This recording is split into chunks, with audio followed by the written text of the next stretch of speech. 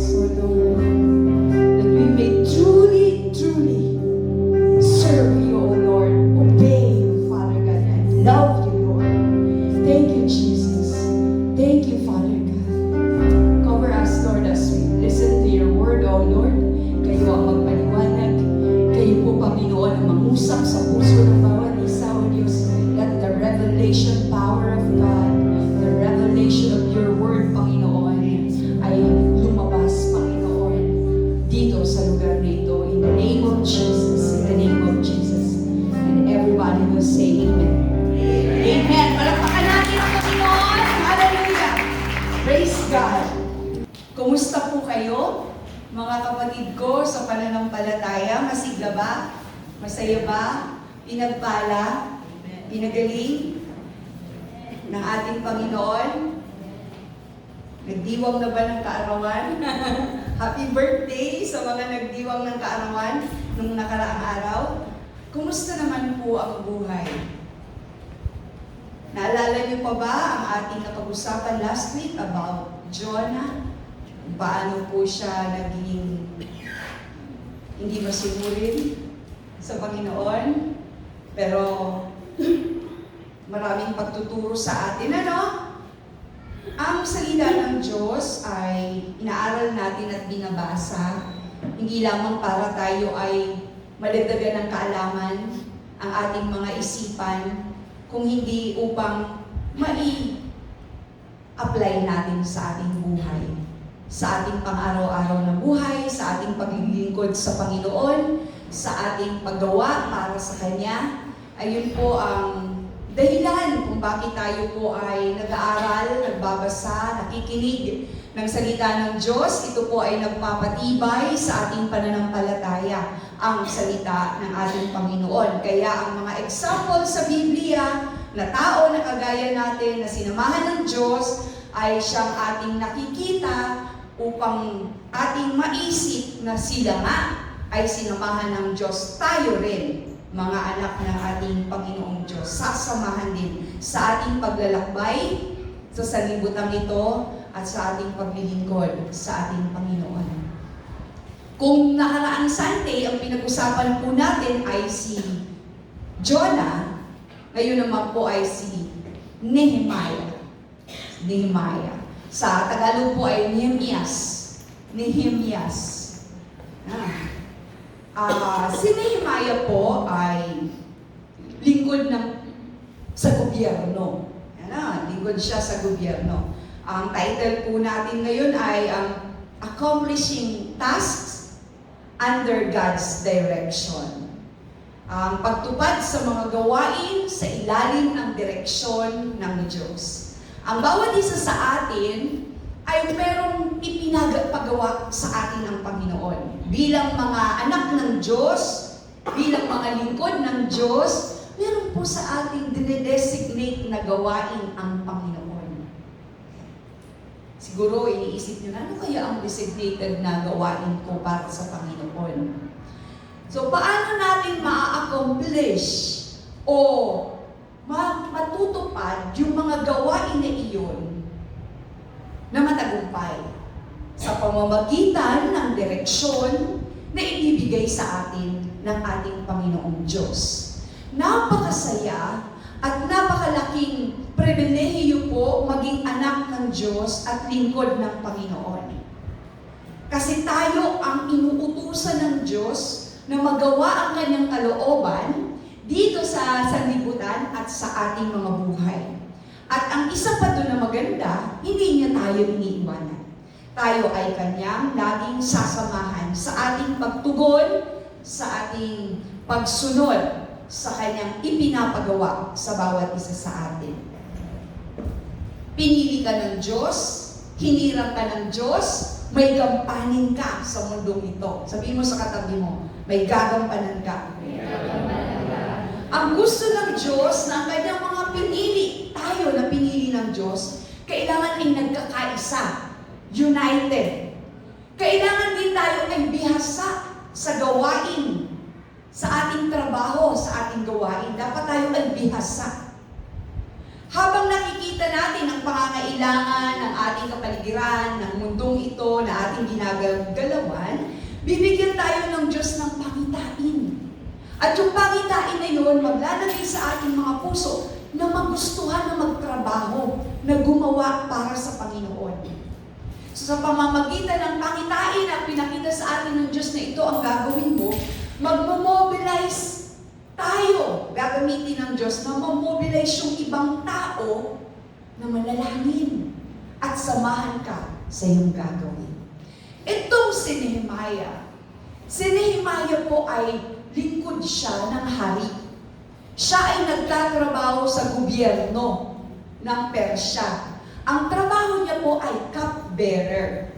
Yung cupbearer po, ang cupbearer ay siya yung kakain muna o iinom ng kahit na anong pagkain bago kainin ng hari. Ang hari po noon sa lugar ng Persya ay sino nakakaalam ng hari noong panahon sa Persya? Walang nakaalala? Mamaya.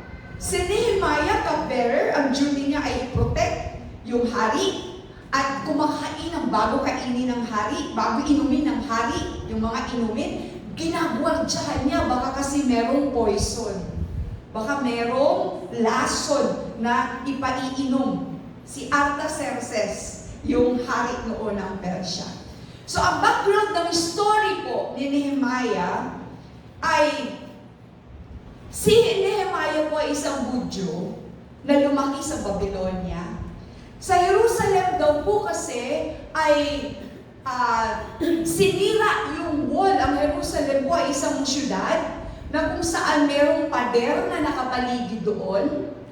Kaya nga lang po ang nangyari ay yun ay nawasak yung pader ng Jerusalem. Nalaman niya iyon. Mamaya pag-uusapan natin yun. Ano po? So, holy city ang Jerusalem sa mga Hudyo. Si Nehemiah, siya po ang nag-lead sa mga tao na yung wall na nasira ay ma-rebuild, magawa muli. Si Nehemiah po ang nag-demonstrate, nagpakita siya kung gaano ka-excellent maging leader. Si Nehemiah po, spiritually ready siya na gawin ang pinagagawa ng Diyos sa kanya. At matindi siya magplano. Ginamit niya yung pagtalino niya sa pagpaplano. Matalino po ito kasi siya yung bantay ng hari. Talagang masinsin siya kung magmasid. Siya rin po ay nagturo sa mga tao ng teamwork, ng trabaho na sama-sama. Ang mga problem solving, yung mga problema, siya ang nanguna po si Nehemiah.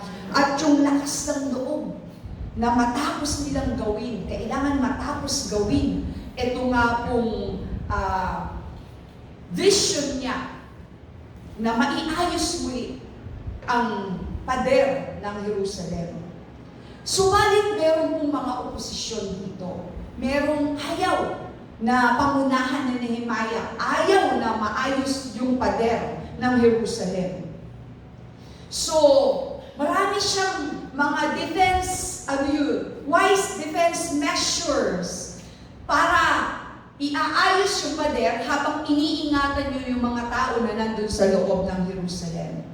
Noong araw po, sa panahon ni Nehemiah, yung pader po, yung wall, ay napakahalaga. Para po siyang police force.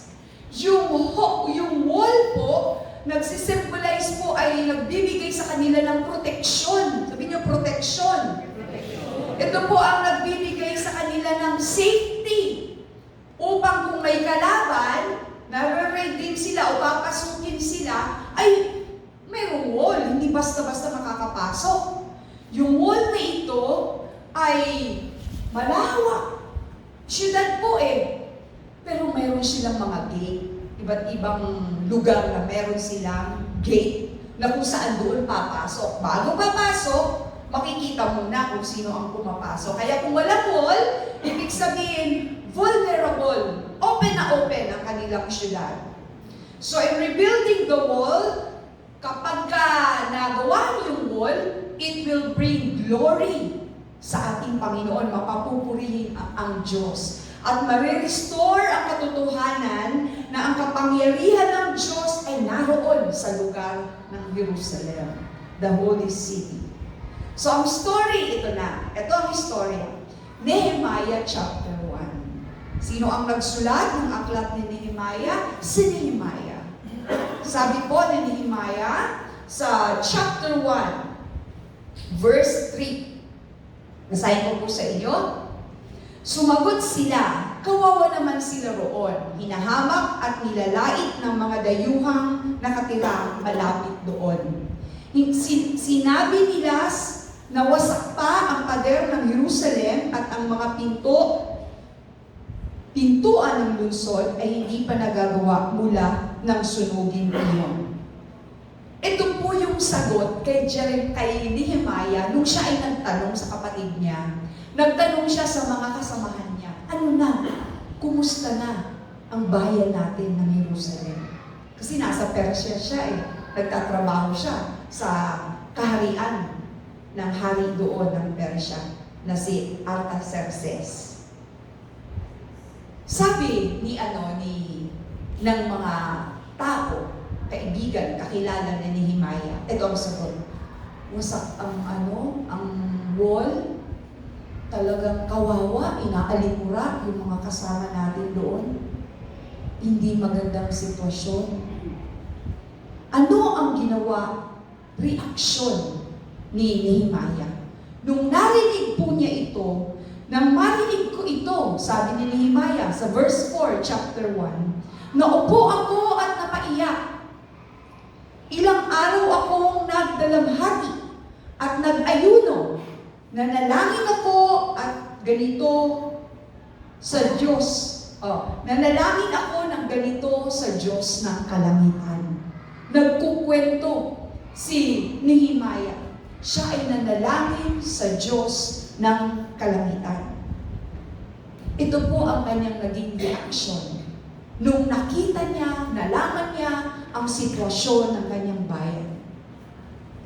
At nagkaroon ng pasanin, kabigatan, si Nehemiah sa kanyang puso. Nagdalamhati na lungkot. Ano ang gagawin ko? Sabi ni Nehemiah sa isip niya, siguro sa mga panahon na yon. Pero itong initial lang po na kalungkutan meron si Nehemiah. Saglit lang po na kalungkutan meron. Pagkatapos nun, nanalangin siya. Kaya mga kapatid, may pinagdadaanan ka ba na kalungkutan, na kamilisahan? Saglit lang yan. Dapat. At manalangin ka kaagad. He prayed, pouring his heart out to God. He fasted. Nag-fasting siya, nag-ayuno siya. Nanalangin siya for several days. Si Nehemiah. Ini-express niya talaga, sinasabi niya sa Diyos ang kanyang kalungkutan sa nangyari. At in-express niya din sa Panginoon yung kasalanan ng kanyang mga kababayan, kasama siya doon. Sa kanyang panalangin, ito ang nilalaman. His prayer sa chapter 1, verse 4 to 11. Ito ang prayer ni Nehemiah. Nire-recognize niya kung gaano kabanal ang Diyos. He recognized God's holiness. He praised the Lord with thanksgiving. So, di ba, ganun tayo lalapit sa Panginoon? Pinuri niya ang Diyos, sinamba niya ang Diyos, kilala niya talaga ang Diyos. Ito yung mga panahon na nagtatrabaho pa siya sa kaharian. Nanalangin siya sa Diyos, pinuri niya ang Panginoon at pagkatapos, humingi siya ng kapatawaran sa Panginoon sa kanyang mga kababayan. Bakit nangyari na nasira yung wall ng Jerusalem? Kasi yung mga Israelita po nalulung na sa pagkakasala. Sila ay hindi na sumasamba sa tunay na Diyos. Kaya pinangyari ng Diyos na nasira nga yung wall. Nawala na yung kanilang proteksyon. Nagkasala yung mga tao.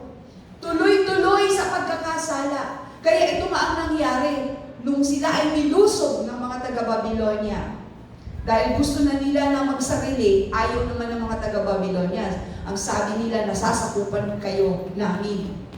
Gusto naman itong mga taga-Babylonia na makuha yung lugar ng Jerusalem, kaya nilusog nila. Kaya ganun nga po ang nangyari. He confessed na humingi siya ng tawad sa Diyos. He asked, humingi siya sa Diyos. Sino ang gusto humingi sa Diyos ngayon? Humingi siya sa Diyos ng pandinig. Na marinig niya yung instruction ng Panginoon sa kanya. Ano ang gagawin ko? Paano ko i-approach? Paano ko sasabihan ng hari sa gusto kong mangyari? Siyempre, magpapaalam siya, hindi naman pwede siyang aalis sa trabaho niya na hindi siya nagpapaalam sa hari. Kailangan niya magpaalam sa boss niya. So ano sasabihin ko, ang hari po nung araw, pag sinabi niya na parusahan ka. Pag hindi ka niya nagustuhan, hindi ka niya magugustuhan. Isang salita mo lang na magkamali ka, pwede kang mamatay. Pwede kang ipapatay. Ganun po nung panahon. Kaya siya rin ay nag-aalala. Kaya siya ay nanalangin. During sa conversation nila sa hari, inaasahan niya ang katugunan ng Diyos sa kanyang panalangin. Tayo ba? Umaasa ba tayo sa Diyos sa ating mga panalangin? Tayo ba ay tunay na umaasa sa ating Panginoon kapag tayo ay lumalapit sa Kanya at nananalangin? How do you see God's direction in accomplishing your call? Paano mo makikita ang direksyon ng Diyos upang sunod mo ang panawagan sa iyo ng Diyos? Siguro unang tanong, ano ba ang panawagan sa akin ng Panginoon? Ano ba ang pagkatawag ko sa Diyos? Ako ay nakakilala sa Diyos, tinanggap ko si Kristo na Diyos at tagapagligtas, ako ay pinili ng Diyos, binago niya ako. Ano ang pagkatawag ko sa Diyos? Ano ang gagampanan ko? Habang iniisip niyo at ninanamnam kung ano ang gampanin natin, ano ang gampanin mo sa paglilingkod sa Diyos, itong si Nehemiah, nakita niya ang direksyon ng Diyos sa kanyang buhay upang matupad niya ang inuudyok sa kanya ng Diyos na gawin ay yung paglapit niya sa Panginoon. Pouring out his heart to God. Yun ang ginawa ni Nehemiah. Sa verse 4 ng chapter 1, after his initial grief, he prayed, pouring out his heart to God. And he looked for ways to improve the situation. Hindi siya nanatili, hindi siya naglugmok, hindi siya nanatiling malungkot, hindi siya nanatiling umiiyak at nasasaktan. Kung hindi, nag-isip siya kung paano niya iyon gagawin. Humingi siya sa Diyos. Paano ang gagawin niya? Kaya nga kung merong mga malulungkot na pangyayari na nabalitaan mo sa iyong sarili, kung una mong gagawin ay manalangin. Manalangin agad. Then, hinanap niya yung pamamaraan na pwedeng ituro sa kanya ng Diyos na makatutulong doon sa gusto niyang gawin at makatutulong doon sa kanyang mga kababayan sa Jerusalem. Di ba sabi sa Psalm 62 verse 7 to 8, trust Him at all times. You people, trust Him. Magtiwala ka sa Diyos sa lahat ng pagkakataon. Ikaw, kayong mga tao, you people, pour out your heart before Him. Sabihin mo sa Diyos, ilabas mo sa Diyos ang nilalaman ng iyong puso. God is our refuge. Kublihan natin, kanlungan natin ang Panginoon. Hindi tayo maaano kung umaasa lang tayong lagi at nagtitiwala sa kakayahan ng Diyos na iprotekta ka, na samahan ka, naturuan ka, natulungan ka, nagabayan ka sa iyong panawagan. Kagaya ni Nehemiah. Tumawag ka sa Diyos, lumapit ka sa Diyos. Huwag mong tingnan ang limitasyon na nakikita mo sa sarili mo. Dahil meron tayong Diyos na limitless. Meron tayong Diyos na may magagawa sa sitwasyon mo sa buhay ngayon. Huwag mong tingnan yung kaya mo at hindi mo kaya. Tingnan mo yung kaya ng Diyos gawin sa iyo. Ano ang pinagagawa sa iyo ng Diyos? Tingnan mo yung magagawa ng Diyos sa buhay mo, hindi yung magagawa mo at hindi rin yung hindi mo magagawa. Kung hindi yung magagawa ng Diyos sa buhay mo. Hallelujah. Paano mo makikita yung direksyon ng Diyos? Pangalawa, umasa ka sa kasagutan na ibibigay sa iyo ng Panginoon. Expect God to answer your prayers. Kapag nanalangin ka, huwag mong hayaan na tapos na. Pag ka nanalangin ka, tapos na. Mag-aalala ka ulit. Hindi. Umasa ka sa katugunan ng Diyos sa iyong pagdulog sa Kanya. Because our God is faithful. Sabihin mo, faithful. Faithful. Tapat ang Diyos. Napakatapat ng Diyos sa atin. So, Nehemiah prayed for success.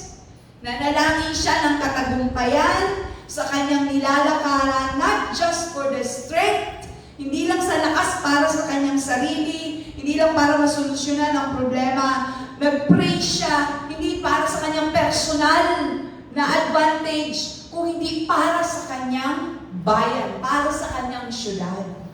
Kaya ang Diyos sa puso nakatingin. Nanalangin siya para sa kanyang syudad. Nanalangin siya hindi para sa kanyang sarili lang. At ang katagumpayan ng kanyang gagawin, alam niya, ang Diyos ang mapapupurihan. Kaya nga pagdating sa chapter 2 ng Nehemiah, nakita po dito ang pabor ng Diyos kay Nehemiah. Sabi sa verse 4, tanong po ito ng hari kay Nehemiah. Kasi ganito ang nangyari. Diba? Titikman niya muna yung iinumin ng hari, tapos ibibigay niya sa hari. Napansin ng hari, bakit ka malungkot? Hindi ka naman mukhang may sakit, pero bakit ka malungkot? Sipin mo, yung hari na ang nagtanong sa kanya, hindi na siya yung nagbukas ng tanong. Yung hari na ang nagtanong sa kanya. At sabi ni Nehemiah, sa puso, sa isip niya, basahin niyo po itong chapter 2 ng Nehemiah. Kayo na Panginoon ang bahala. Pero anong sagot niya? Gusto ko po sana na pangunahan ang pag-rebuild ng nasirang pader sa aming bayan, na kung saan doon nakalibing ang aking mga ninuno. Kaya nga tinanong siya ng hari, ano ngayon ang nais mo? Tanong ng hari. Tuloy-tuloy pa rin ang panalangin ni Nehemiah. Ano ang sagot ni Nehemiah? Sinabi ko sa hari, kung pahihintulutan po ninyo ako, kamahalan, nais kong umuwi sa Huda upang itayong muli ang lungsod na pinaglilibingan ng aking mga ninuno. Sinabi sa akin ng hari na nooy katabi ng reyna, gaano ka katagal roon? O, diba?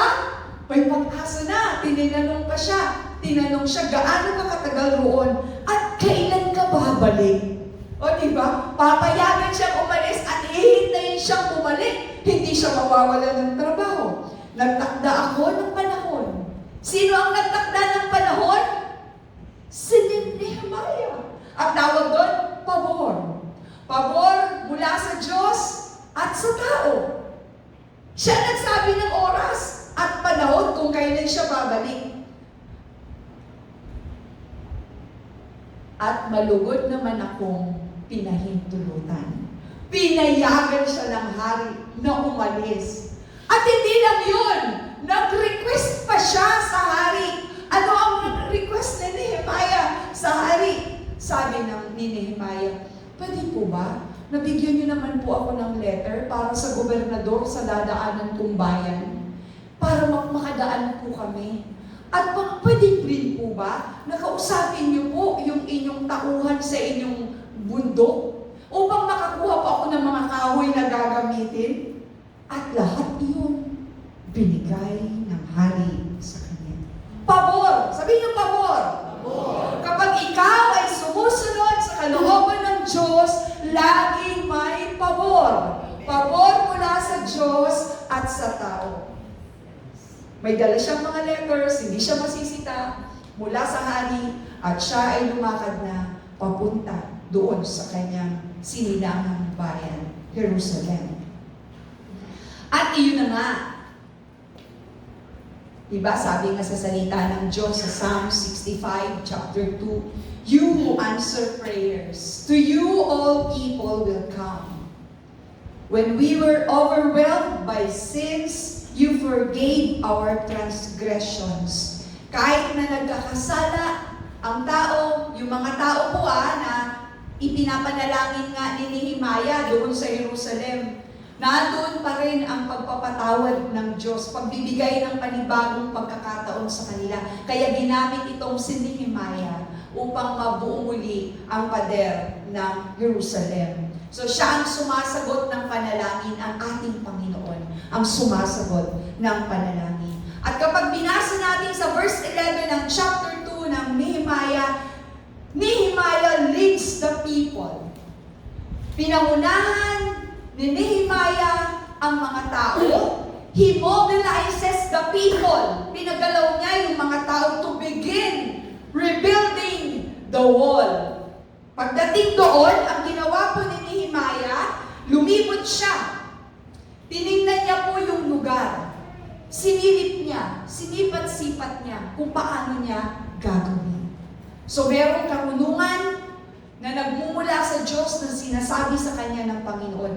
Tinignan niya yung mga gates na dapat unahin, na dapat gawin. Sino-sino ang mga gumawa ng pader? Sino-sino ang mga gumawa ng wall ng Jerusalem? Sa Nehemiah chapter 3 na po iyon mababasa ninyo. Sa Nehemiah chapter 3, rebuilding the wall. Nag-umpisa na. Kung sino po ang nakatapat na bahay doon sa wall, siya ang gagawa. Nagtulong-tulong sila. Pero sa verse 1, ang sabi dito, the high priest is the first person mentioned who pitched in and helped with the work. Yung mga priest, yung mga lingkod sa simbahan, sila ang nanguna sa paggagawa. Kasi ito ay gawain ng Diyos. Tulong-tulong sila, lahat ng citizen, doon po sa Jerusalem, tulong-tulong sila sa paggawa ng wall. Di ko lang naidala yung litrato. Papakita ko sana sa inyo yung wall. Nakapunta na rin po ako doon sa Israel. Nakita ko po yung gaano kalawak na pader, na napakakapal po. Hindi basta magigiba. So, tulong-tulong yung mga tao doon sa pag-rebuild ng wall na iyon. Similarly, kagaya din po ng trabaho sa gawain ng Diyos dito sa simbahan. May kanya-kanya tayong gawain. May kanya-kanya tayong dapat gampanan gawain. Tulong-tulong upang maitayo, upang masunod ang kalooban ng Diyos, na magawa ang kalooban ng Diyos dito sa gawain ito. Question, muli, ano ba ang ating contribution sa pagtayo ng kalooban ng Diyos dito sa ating bayan, dito sa ating bahay-sambahan? Ang body of Christ needs you. Kailangan ka. Gawin natin ang ating bahagi sa paggawa para sa gawain ng Panginoon. Hanapin mo yung lugar mo na makapaglingkod sa Diyos. Hanapin mo ang maiko-contribute natin, ang iyong panahon, ang iyong talino, ang iyong resources na makapaglingkod sa Diyos. Hindi pwedeng wala. Meron, sapagkat tayo ay binigyan ng Diyos ng kakayahan. Bawat isa sa atin ay tinawag ng Diyos, kaya nga tayo nandito, na mga manggagawa ng Panginoon, na mga naglilingkod sa Diyos, at tayo ay may kayang gawin. Ang Diyos, ipapakita sa iyo ng Diyos kung ano ang pwede mong gawin para sa Kanyang kaharian. Kapag ginawa po natin ang tulong-tulong at sama-sama, patuloy na tatayo. Patuloy na makikita ang kalooban ng Diyos na mapangyayari sa ating gawain at sa ating buhay. Subalit sa paggawa, kagaya ni Nehemiah, sa kanyang paggawa ng pader ng kanilang syudad, ay merong oposisyon. Sabihin niyo, oposisyon. Meron pong kontra, may kontrabida na gusto pahintuin, na hindi niya gusto na pangunahan po ni Nehemiah ang pagtayo ng wall, ng pader, ng syudad, sapagkat itong taong ito ay merong pangarap na maging gobernador din sa lugar na iyon at mamuno. Diba? Kaya nagsiniraan, inalimura, kinutya si Nehemiah. Pero si Nehemiah, sa pangungutya ni Sanballat, na may pangarap na maging gobernador din ng Judea, palagi niyang pinagsasabihan ng mga degrading na salita si Nehemiah. Parang torture nga emotionally and mentally na tinutorture si Nehemiah at kanyang mga kasamahan. Anong magagawa ninyo? Wala kayong magagawa.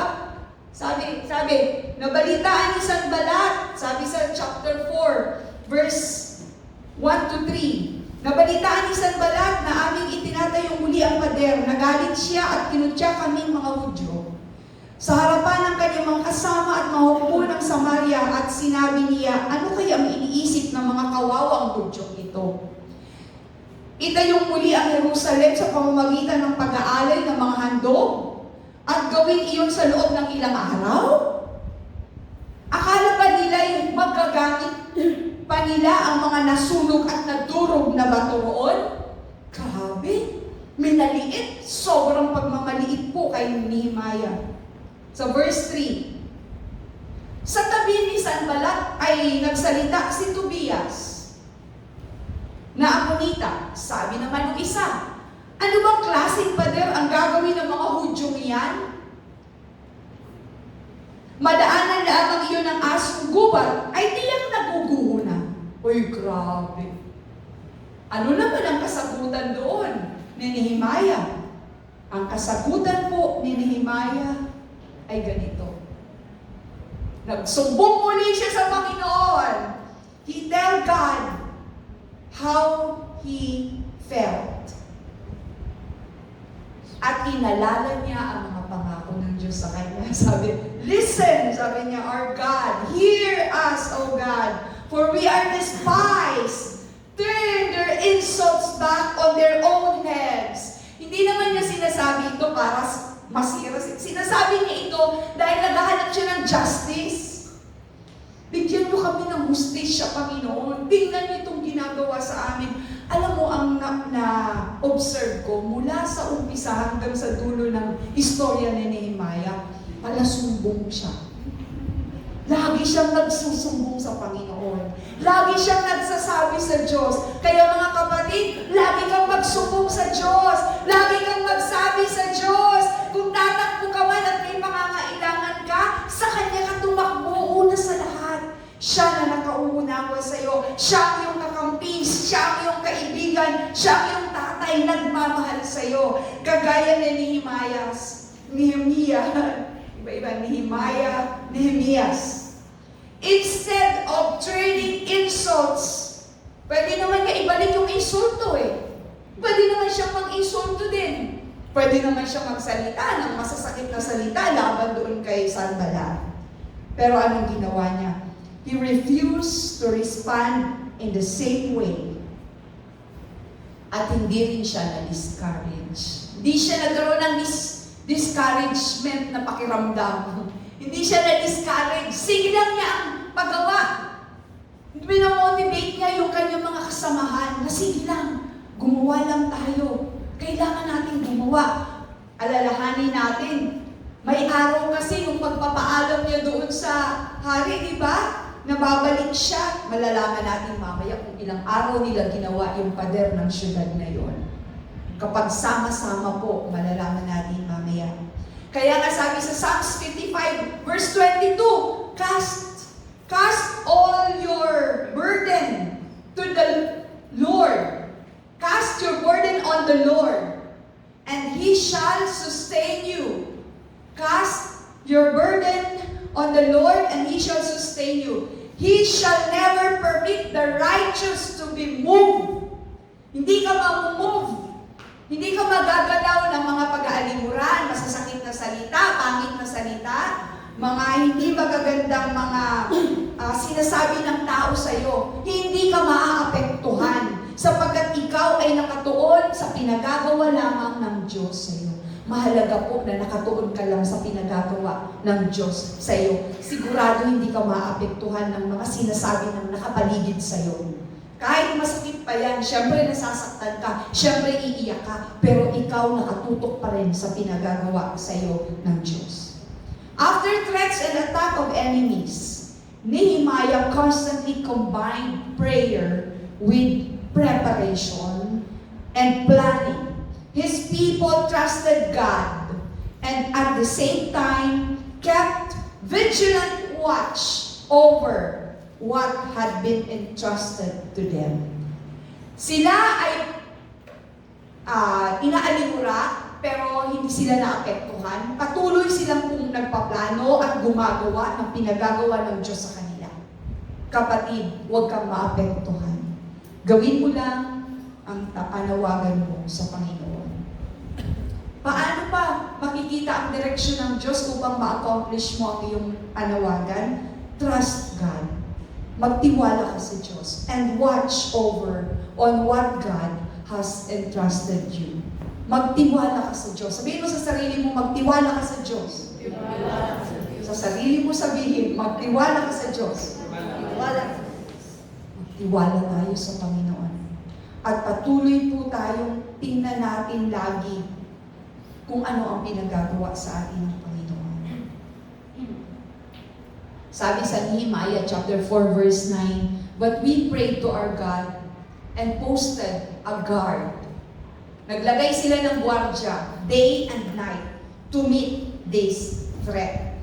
Upang yung mga pananakot sa kanila ay mabantayan. Sabi nga po ay ganito, kaya nanalangin kami sa aming Diyos at nagtalaga kami ng mga bantay sa araw at gabi. Paano ba magbantay ang mga anak ng Diyos? Mga kapatid, paano ba tayo magbantay? Sabi sa salita ng Diyos, pray. Pray. Ganun pagbantay ang anak ng Diyos. Nananalangin siya. Lagi siyang handa. Nananalangin siya, gising siya. Be vigilant. Sabi sa salita ng Diyos. Pray. Manalangin ka. Yun ang utos. Yun din ang gusto ng Diyos na ginagawa natin. Manalangin lagi. At tingnan, makinig sa sinasabi ng Diyos at pinagagawa ng Diyos. We are in God's hands. Hawakan natin ang weapon. Ano bang weapon meron tayo? The breastplate of righteousness, tama? The belt of righteousness. The belt of truth. The shield of faith. The helmet of salvation. The sword of the Spirit. The shoes of the readiness to preach the gospel. Si Jesus Christ yun. Lahat ng iyon ay ang ating Panginoong Hesukristo. Isuot mo. Gamitin mong lagi. Nasa kamay tayo ng Diyos. Ang weapon natin, yun yung armas natin, yun yung panglaban natin, ang Panginoong Hesukristo. Ang mga salita ng Diyos. Siya mismo. Kaya yun ang panlaban natin, Jesus Christ. The powerful name of Jesus. The word of the Lord. Yun ang gamitin natin. Yun ang pananggap natin. Yun yung righteousness natin. Yun yung salvation natin. Yun yung ating kalakasan at tibay ng loob. Readiness to preach the gospel. The word of God.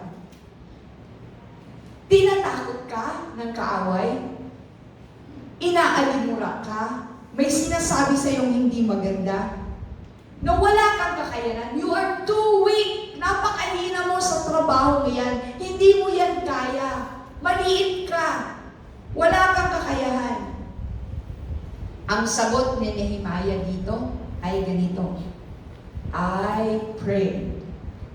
But I prayed. Now, sabi niya, strengthen my hands. Sabi niya sa Panginoon, strengthen my hands. Sapagkat nagtatrabaho po sila na ang isang kamay nila, hawak nila yung pangtrabaho, ang isang kamay nila, hawak nila yung weapon nila. Upang hindi sila mapigilan ng paggawa.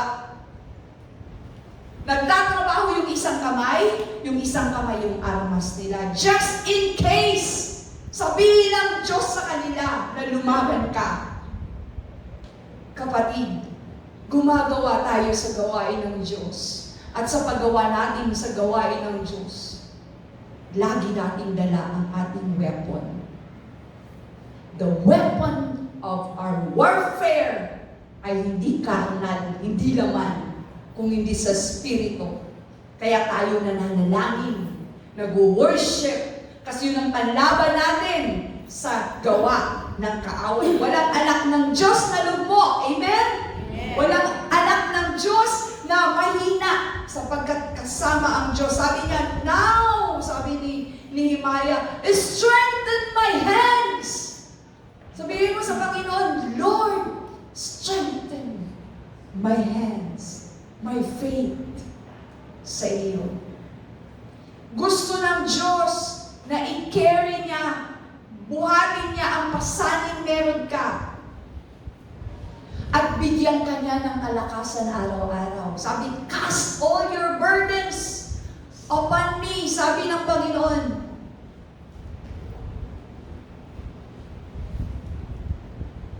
My burden is light, sabi ng Panginoon. So, si Nehemiah po showed his reliance. Pinakita ni Nehemiah ang kanyang depende sa Panginoon. Samantalang dumadanas siya ng emotional and mental torture ng mga kalaban. Balik tayo sa Nehemiah chapter 1. Nehemiah chapter 1, nandoon yung prayer ni Nehemiah. Nehemiah chapter 2, nandoon yung answer to his prayers. Nandoon yung sagot. Sabi rito ni Nehemiah, labis akong kinabahan, pero sumagot ako sa hari. Kahit labis kang kinakabahan at natatakot, tuloy mo pa rin ang iyong dapat sabihin. In chapter 3, yung rebuilding the wall. Sa pagtutulong-tulong, sa pamamaraan na ibinigay ng Diyos kay Nehemias, sa tuwi-tuwi ng pananalangin sa Diyos, sa hindi pagbigay pansin sa oposisyon, sa pagpapatuloy, sa pagtatyaga at pagsasakripisyo, sa pagsunod lagi sa kalooban ng Diyos, sa lahat ng tulong at paggabay ng Panginoon, sa pamamagitan ng mga nabanggit ng lahat ng ito, mabibigyan katuparan ang naisin ng Diyos sa iyong buhay. For the sake of God's kingdom and for the glory of His name. For the glory of His name. Kapatid, ang kagalingan mo ay for the glory of His name.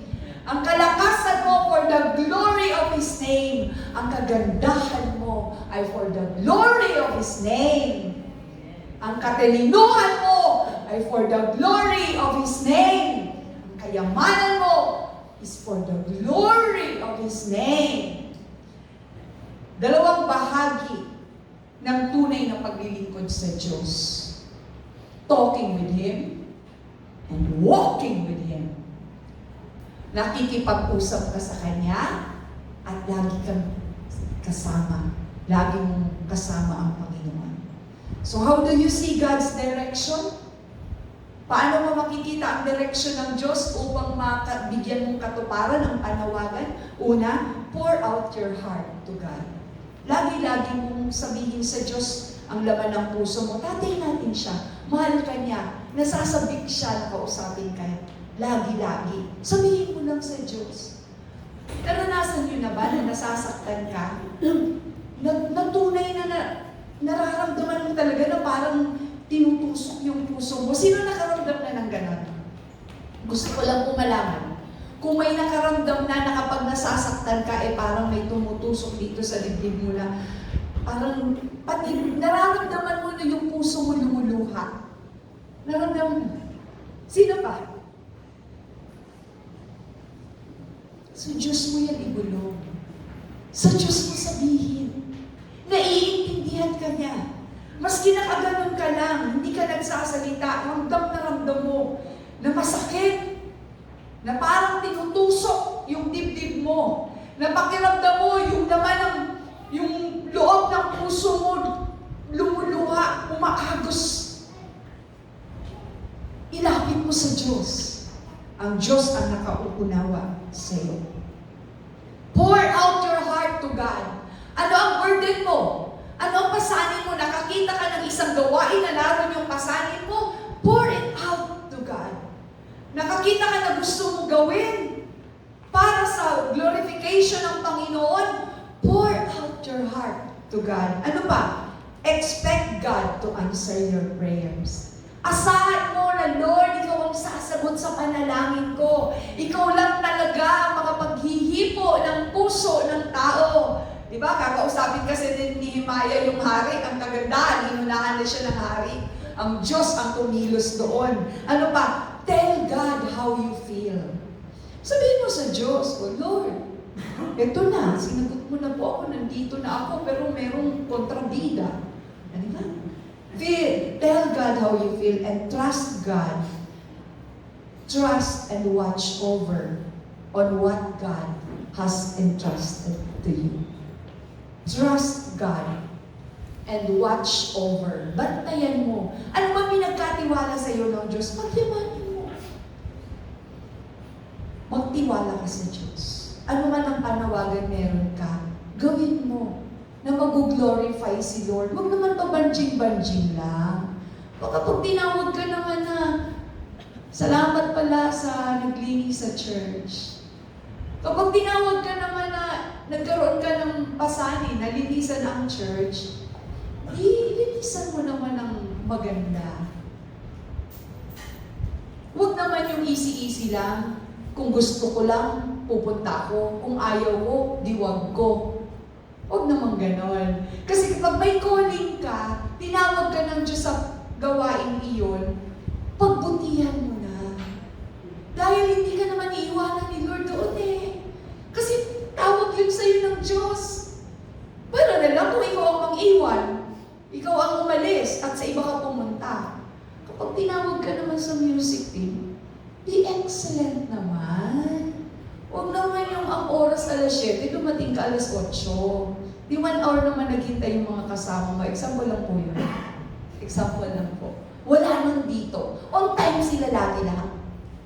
Ganon din po sa prayer meeting. Tinawag ka ng Diyos na manalangin. Be excellent. Give the best that you can.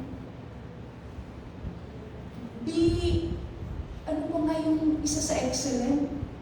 Yung kailangan maging ano ka. Mag-isip ka pa ng ibang paraan para mas maging maayos at maganda. Yun yung kapag may calling ka at pinagawa sa iyo ng Diyos, gawin mo ng mainam. Hallelujah. So, trust God. Trust God. Kagaya ni Nehemiah, nag-isip talaga siya. Nananalangin siya sa Diyos, nag-iisip siya ng strategy. Hindi siya nawawala sa focus. Nananalangin siya sa Diyos, nasasaktan siya, nalulungkot siya, pero gumagawa siya kung anong pinagagawa sa kanya ng Diyos. Ganun tayo dapat. Kaya nga tinuturuan tayo ng Diyos na maging alerto.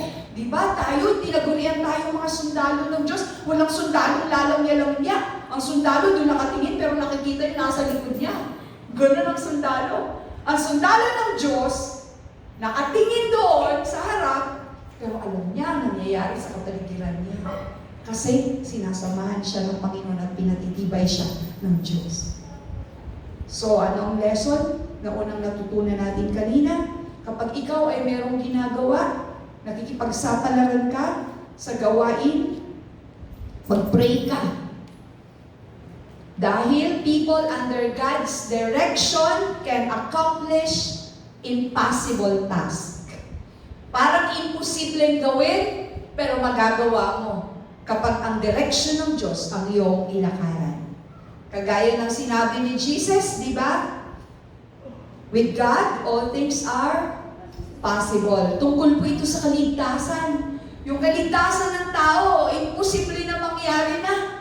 Kung tao lang, hindi maliligtas. Impyerno na lahat. Pero dahil sa Diyos walang imposible, niligtas tayo ng ating Panginoon. Kaya, ililigtas niya tayo. Itatawid niya tayo sa kung anumang panawagan meron ang bawat isa sa atin. When we read further po dito sa Nehemiah chapter 1, 2, 3, 4, 5, 6, 7, 8, mahaba pa ito. Marami bang pinagdaanan ng pagsubok, hirap at oposisyon si Nehemiah. Subalit natapos niya at nagawa ang kanyang assignment na ito. The wall was rebuilt. Nagawa ang pader ng Jerusalem. Sa loob ng ilang araw po, 52 days. Sa loob ng 52 days, kapag po naayos ko, pagpasok ni dito sa Sunday, ipa-flash namin yung wall ng Jerusalem. Makikita niyo kung gaano po kalaki ang kanyang nagawa. Yung great work ng ating Panginoon sa pamamagitan ng buhay at pangunguna po ni Nehemiah. In a way po, tayo ay mga leaders. Bawat isa sa atin ay leader. Bawat isa sa atin ay tinawag ng Diyos. Si Nehemiah po, sa effective leadership niya, nag-provide siya ng maraming prinsipyo. Ang principle niya ay, una, walang nakahadlang sa kanya. Walang nakahadlang sa kanyang kailangan gawin. Nanatili siya. Kaya ikaw kapatid, manatili ka. Pangalawa na prinsipyo, meron si Nehemiah, honest siya. Tapat siya. Nagsabi siya ng totoo. Di ba nung nanalangin, nagsabi siya ng makasalanan po kami, Panginoon. Nagsabi siya ng totoo, Panginoon, tingnan niyo itong ginagawa nila sa amin. Diba? Nagtatapat siya. Nagpapakatotoo. Nehemiah spoke about the sins of the people at nagsabi din siya ng pangangailangan niya sa Diyos. Nagsabi siya na, ito ang kailangan ko. Nagpakumbaba siya sa hari, di ba? Nagsabi siya na ito ang kailangan ko. Madami pa nga siyang request. Ano pa ang prinsipyo meron si Nehemiah? He lived above reproach. Iningatan niya po na ang buhay niya, nabuhay siya na walang kapintasan. Yung mga sinasabi mo sa kanya na Nehemiah, mga akusasyon sa kanya, empty, mga false, may hindi totoo. Ang dami-daming sinabi sa kanya na pangit, na wala siyang kakayahan, hindi totoo yun. Ano pa? Siya ang tao na laging nananalangin. Prayerful siya. Mapanalanginin siya. Everything Nehemiah did glorified God. Kapatid, yung ginagawa mo ba ngayon ay nakapagbibigay kapurihan sa Diyos? Bata ka pa man o may edad ka na, nabibigyan ba ng kapurihan ang Panginoon sa iyong ginagawa?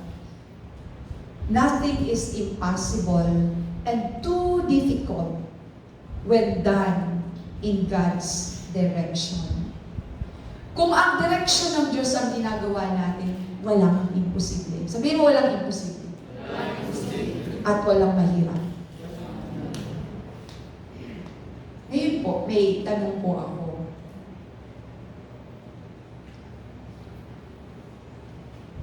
Sa buhay natin, ano ba ang purpose ng buhay natin? Iiwanan ko po sa inyo ang mga tanong na ito. Pwede niyo pong isulat pagdating niyo sa tahanan. Ano ba ang layunin ko sa buhay? Sa buhay na ito? Ano ba ang calling ko Ano ba ang panawagan ko sa Diyos? Meron bang kailangan i-rebuild sa buhay ko? May kailangan bang iayos muli sa buhay ko?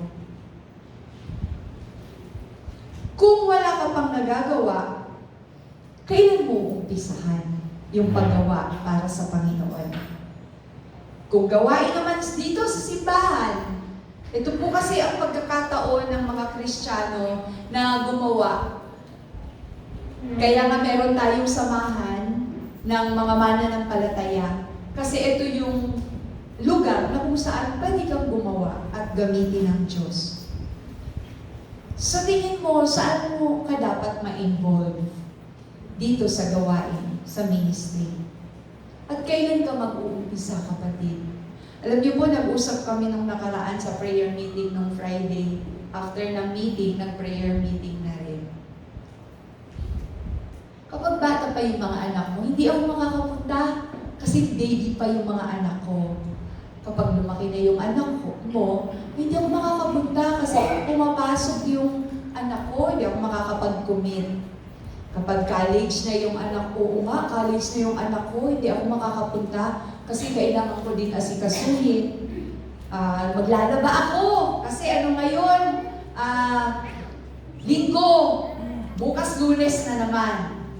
At kapag ka nakapag-asawa na yung anak mo, nanganak na, ay hindi ako makakapunta, hindi ako makakapag-commit kasi yung apo ko, naiwan sa akin yung apo ko. Hindi po ako makakapag-commit kasi pumapasok na yung apo ko. Nagtatrabaho kasi yung anak ko. Ako naghahatid sa eskwelahan, ako na nagbabantay. Hanggang isang araw, sumasakit na yung tuhod mo. Hindi ako makakapunta kasi masakit na yung tuhod ko, hindi ako makakapag-commit sa gawain ng Diyos. Hanggang sa nakahiga ka na lang. Hindi ka na makabangon. Lord, palakasin mo ako! Gusto ko maglingkod sa'yo. Kapatid, kailan? Kailan tayo magkukumit ng panahon at buhay para sa Diyos? Ito po ay panawagan sa bawat isa sa atin. Ano ang kailangan pa na i-build sa atin na pader? Patuloy po tayong gumawa para sa Panginoon. Nabasa ko po sa isang quote na pinost naman ni Precious na taon naman na akma dito sa ating inag-usapan. Ito pala ay ginawa ni Hudson Taylor. Sabi po dito, I have found that there are 3 stages in every great work of God. First, it is impossible. Parang imposible.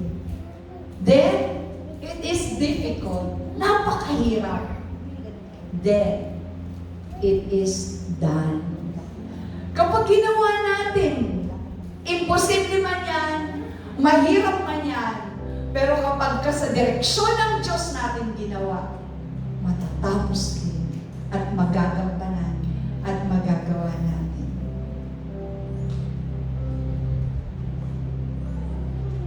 Sa hindi pa mananampalataya na nakaririnig ngayon ang ating pinag-uusapan, ito na po ang araw.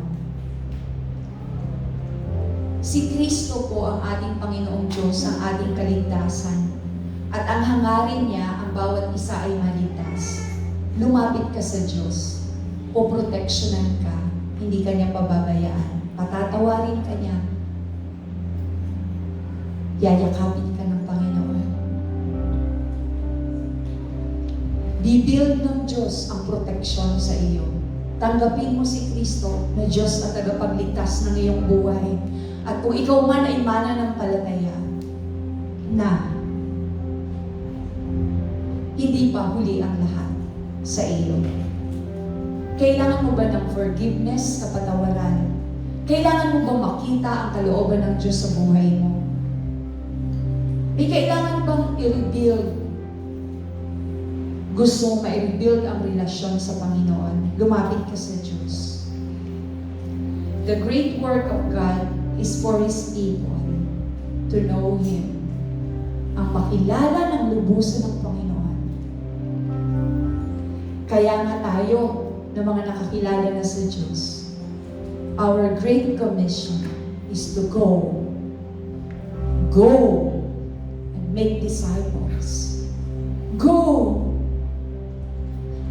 Yun yung Great Commission. Yun yung great work ni Lord na dapat ginagawa natin.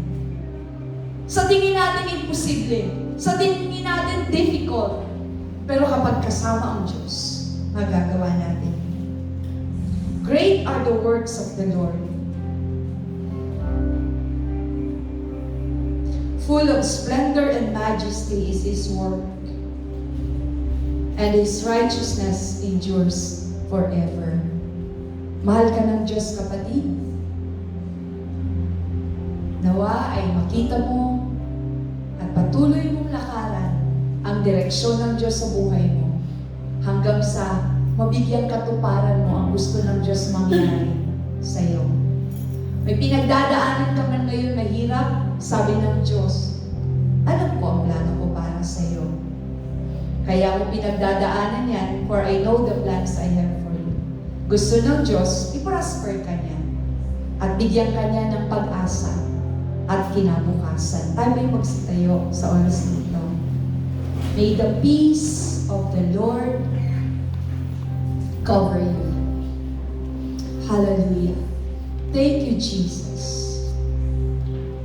Thank you, O God. Salamat po, Panginoon, sa direksyon na ibinigay po ninyo sa aming mga buhay. Ma-accomplish po namin, magagawa namin ang mga bagay na pinagagawa ninyo dahil sasamahan ninyo kami. Ituturo po ninyo sa amin ang direksyon na dapat namin gawin. Dalangin namin, Panginoon, na ang bawat isa sa amin ay maging masunurin lamang sa iyo sa pinagagawa po ninyo sa bawat isa. Panginoon, kilala po ninyo bawat isa sa amin. Panginoon, wala pong maililimit sa iyo.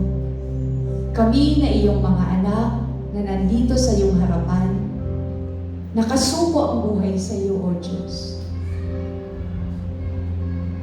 Mangusap po kayo.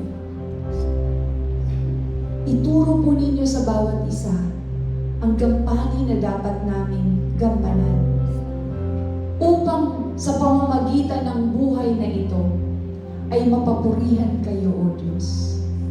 Sa pamamagitan ng buhay na ito, maluwalhati ang iyong pangalan.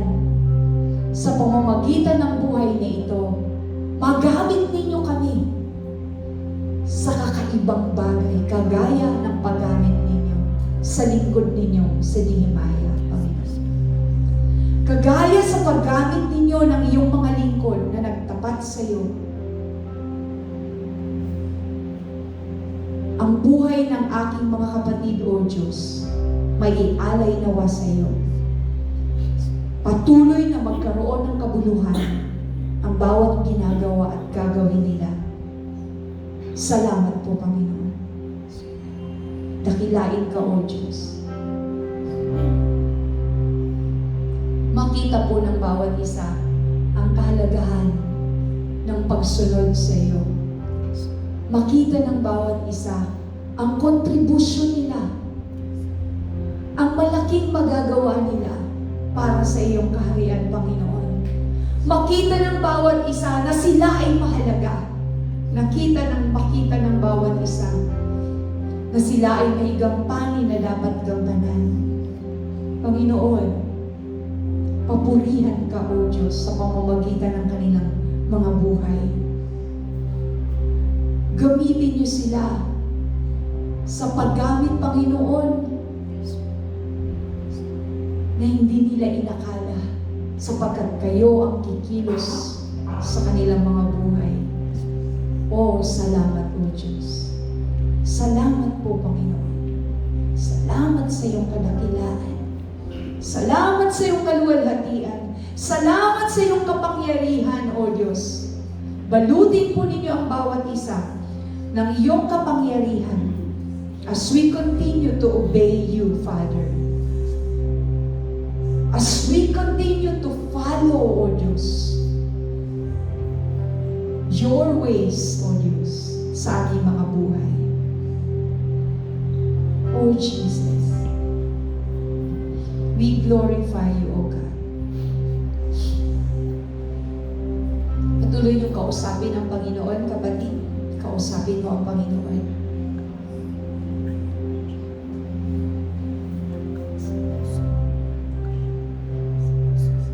Kahit ikaw na tumutugtog, kausapin mo ang Panginoon. Kahit ikaw na nakatayo sa likuran, mangusap sa iyo ang Diyos, pakinggan mo ang Panginoon. Thank you, O God.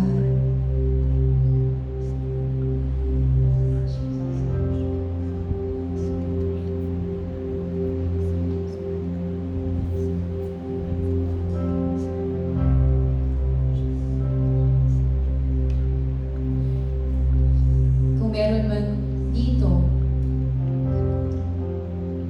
na tumatakbo at lumalayo sa panawagan ng Panginoon,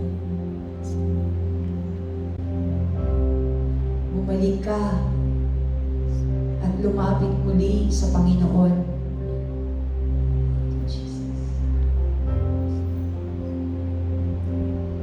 May layunin ang Diyos sa buhay mo at maganda ang kanyang layunin.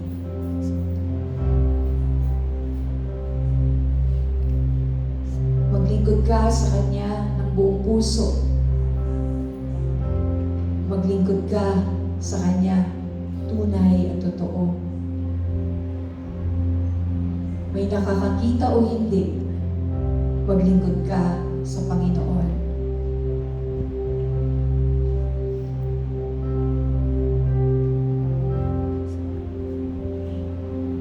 Magpuri ka sa Diyos. Lumapit kang lagi sa Panginoon. Ipapakita sa iyo ng Panginoon ang kanyang kalooban para sa iyong buhay.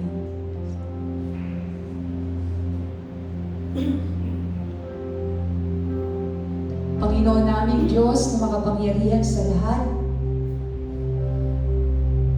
ang dalangin po ng bawat isa ay alam po ninyo at nababatid.